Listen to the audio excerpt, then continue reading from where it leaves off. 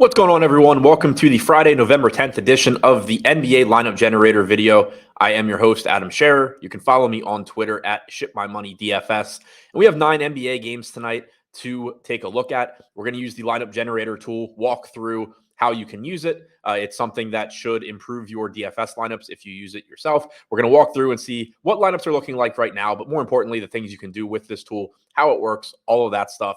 Before we get into that, make sure that you do like this video, subscribe to the YouTube channel, and hit the notification button so you get notifications whenever our shows go live. We are going to walk through this tool for DraftKings and FanDuel, and we're going to start on the DraftKings side. We're going to choose contrarian lineups here. On a lot of these videos, I go to all lineups, but we'll take a look at contrarian lineups today. They will be a little bit different, a little bit further away from the chalk. Lineups that you would want to be playing in your largest field tournaments. We're still going to skip over locking a player here. It's just not something that I generally do. But if you are playing like one lineup or two lineups and you know you want LaMelo Ball, this is where you would do that. So the way this tool works is it's going to generate lineups for you. And I already had some saved, so I need to clear those out and then go back and start over.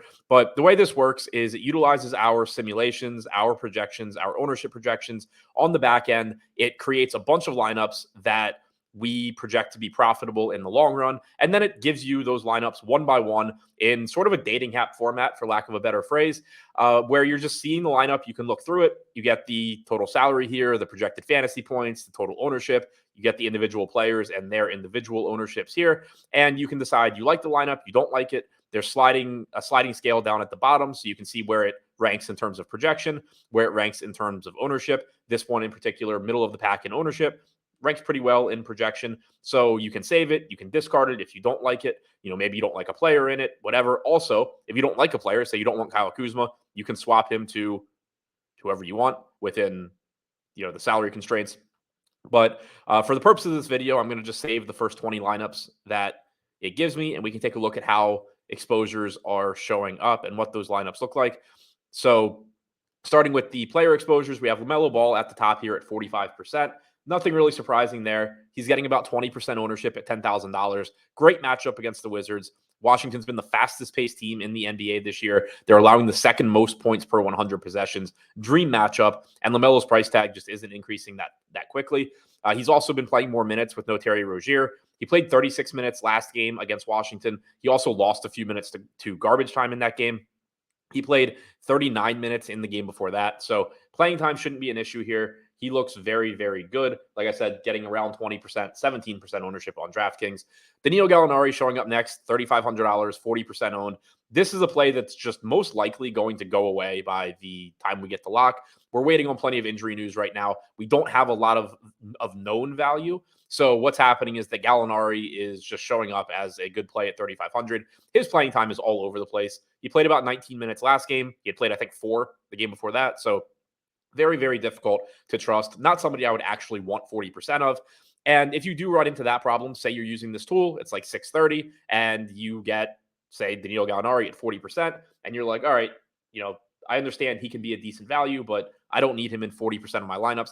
All you would do is click here, click his name. It's going to highlight all of the Gallinari lineups, and then you can either go and discard some of those lineups. So out of the 20 lineups, we have 40%. You can discard half of them, or you could just simply go in, click his name like I showed before, and see what else is available in his price range. In the case of somebody like Gallinari, you probably would just want to discard them and then go back and find non-Gallinari lineups, since there aren't going to be that many alternatives in his price range. But the next guy here, Marcus Sasser, somebody that I think is also going to disappear by the time we get to lock. $5,800 price tag, 35% of our lineups. We probably don't actually want 35%. There are going to be plenty of other guys we can swap to in this range. So that's somebody where maybe you go in here, go to the guard, or go to Marcus Sasser, click this. You can scroll down. It's sorted by salary here. So scroll down to that $5,800 range. We see that we have $50,000 in salary, so we can't go above it. Your options, Grayson Allen, Derek White. White, obviously very popular. Jordan Hawkins at 10%. So, like somebody like Jordan Hawkins, not a great play either. Tyus Jones is fine in a pretty appealing game against Charlotte. So, for example, you could say, I don't want 35% Sasser. In this lineup, he's clearly a contrarian piece at 5% owned. Let's just swap that to Tyus Jones, who's also 4% owned, and that gets rid of a Sasser lineup. So that's how you can approach that if you are getting to guys that you don't really like. Jayshawn Tate, 3,600, played 27 minutes last game, likely to give you 20 to 22 on average. Could also play a bit more if Şengün's ruled out tonight. He's 3,600, looks like a very good value. He's showing up in 35% of our lineups. Jalen Green, only $6,300, showing up in 30%, no issues there. Pretty interesting that we're getting to a lot of Luka. Clearly, you're never going to be upset about that, but he's only projected for around 5% ownership. So we're taking a pretty big stand on Luka, and that's why so much Gallinari is showing up, so much Jayshawn Tate. So that's something else to keep in mind, is that there is going to be a trickle-down effect. Your ownership, your exposures all work together. So if you were to start taking away Luka lineups, you're probably going to start losing some Gallinari lineups as well, or vice versa. If you start getting rid of Gallinari lineups, you're probably going to start losing some Luka. Bassi showing up a ton at 3,100 because of Luka. So you're getting some weird exposures here, and this will look different by lock. But I do recommend using this tool on your own, and I'll have more to say about that in a minute.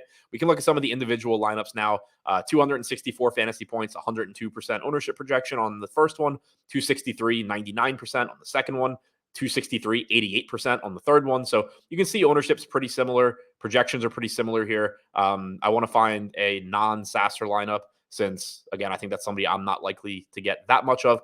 Here, 261 fantasy points, 109% aggregate ownership. We have LaMelo, who I mentioned we really like. Jalen Green at 6,300 looks good. Denny Avdia, really, really good game environment. 14% owned, relatively expensive, $5,900 price tag. There is some sticker shock there when you associate that salary with Denny Avdia, but he's produced 1.12 DraftKings points per minute this year. He's always been a good NBA player in terms of he can rebound a bit, he can get some assists, he can score when needed. The thing that changed this year is the scoring is needed. He needs to do more in this offense. Jordan Poole is obviously terrible. Kyle Kuzma is fine, but they don't have a lot offensively, so Denny Avdia has had to take on a bigger role. Naz Reid continues to be a strong play at 5K. We have a contrarian piece here in Jalen Duren at 6,500. Contrarian Tyus Jones at 5,500. I like that play. Keegan Murray at 6,200, getting 13% ownership, and then Daron Sharp at 23% owned. That's another scary play. He's showing up 25% for us. He's likely to. We don't have a Brooklyn starting lineup yet. Ben Simmons is out. Cam Thomas is out.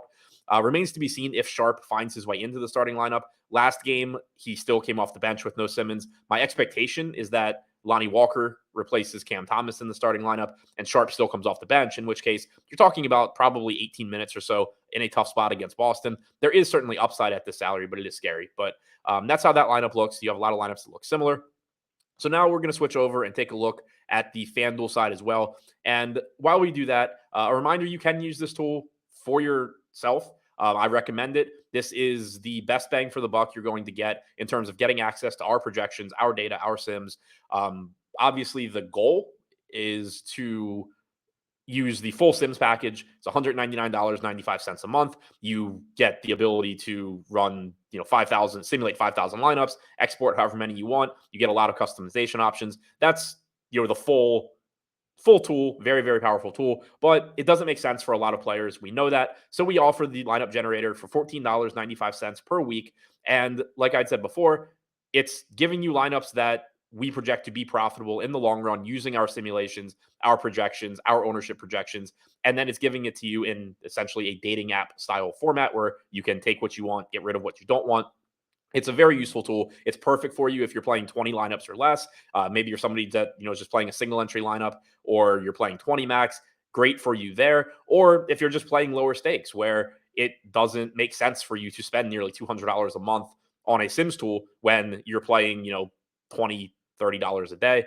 This is more in line with your price range, and it's still a very, very effective tool. I highly recommend using it. You can sign up using the link below, whether you're watching this on YouTube, or I will tweet out a link below this on Twitter also. Now on FanDuel, we're going to look at contrarian lineups as well. I'm going to just select the first 20 here also and see what we're getting. Obviously, pricing is a bit different on FanDuel, so some names will change. And that is a good reason, if you have the time, if you have the bankroll, to play multiple sites, because it's going to allow you to naturally get two different players, since pricing is different, roster construction is different, all of that.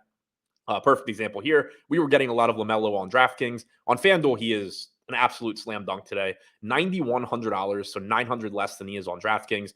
We have 70%. That is not even that far over the field. LaMelo is projected for 50% ownership. We're getting to a bunch of Daron Sharp. I already mentioned my concerns with him if he's coming off the bench. It is a tough spot and all of that, but he is cheap at $4,500. He is a good point per minute player.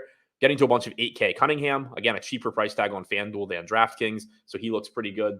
He's pulling about 18% ownership, so we're 2x the field. Jaren Jackson looks very good. Still a really good salary here on Jordan Hawkins, even though he burned us the other day. Jordan Clarkson's fairly priced, so we're getting to him. Bane, Leonard, Kuzma, these are all just solid plays. Nothing too surprising here. Overall, I like the names that we're getting to on FanDuel quite a bit more than we were on DraftKings. And I think that mostly just speaks to the pricing on FanDuel being a lot softer than DraftKings. So we're kind of in a position right now on DraftKings where we're waiting for value to open. And until that happens, you just have placeholder guys like the Neo Gallinari, De'Aaron Sharp, etc. Whereas here on FanDuel, you're not waiting for value to open as much because you still have really favorable pricing on some of these guys. So looking at the individual lineups, this one's relatively chalky, or not necessarily chalky, but one of the more popular ones we built. 187% ownership, 311 fantasy point projection. LaMelo Ball at 50% owned. Nothing really wrong there. He's clearly mispriced. Mike Conley at 5,300, 9% owned. Looks cool. Jordan Poole in a really good matchup against the Hornets, 6,700, only 4% owned. He's a terrible basketball player, but he will shoot, and it is likely to be a very high-scoring game against Charlotte. Hawkins, 52% owned. Really tough to get away from that salary at 4,700, even with Zion and potentially Herb Jones being back. Really like a 9% owned Anthony Edwards at $9,000. Small forward eligible, so a relatively weak position, and clearly a very high ceiling for him. He's been around 1.3 fantasy points per minute this season. The Clippers, we never really know what to do with them at this point because they have, we're still working out exactly how that offense is going to look with Paul George, Kawhi, Harden, Westbrook. But the salaries are getting a little bit less expensive. 8,200 for George, 13% owned. Perfectly reasonable place to take a shot at him. Kelly Olynyk likely coming off the bench again for Utah without Walker Kessler. 4,400, 38% owned. I don't love the ownership there. And if you look at our overall exposures, we're only getting 20% Olynyk, so we're about half the field. But in an individual lineup, he still makes some sense. We needed value here. We already have contrarian pieces, so we can go ahead and hope for the best with Olynyk. Trendon Watford, scary matchup with Boston, likely to give you mid to upper teens in minutes tonight. If the game gets out of hand, maybe he plays a little bit more. He's only 4% owned. He's only 4K. Not a bad, tournament flyer. Not somebody I would want a lot of. And then Alperen Sengun is questionable himself, but if he does play, he's only about 7.5% owned. $8,300. Looks like a very good contrarian play at center. So that's all I have for you right now. Thank you for checking out the video, and be sure to sign up. Use the link below. Use this tool. Obviously, everything's going to look different by the time we get to lock. Use it for yourself. Take advantage. You will get better lineups than you're probably making by hand. If that's what you're doing right now, you do get the custom ability still to, if you have a lineup you mostly like, swap in a player that you prefer over somebody you don't like. You do have that ability. So use this $14.95 a month. Use the link below. It will make you better at DFS. Good luck on your lineups tonight. Enjoy your weekend, and thanks for checking out the video.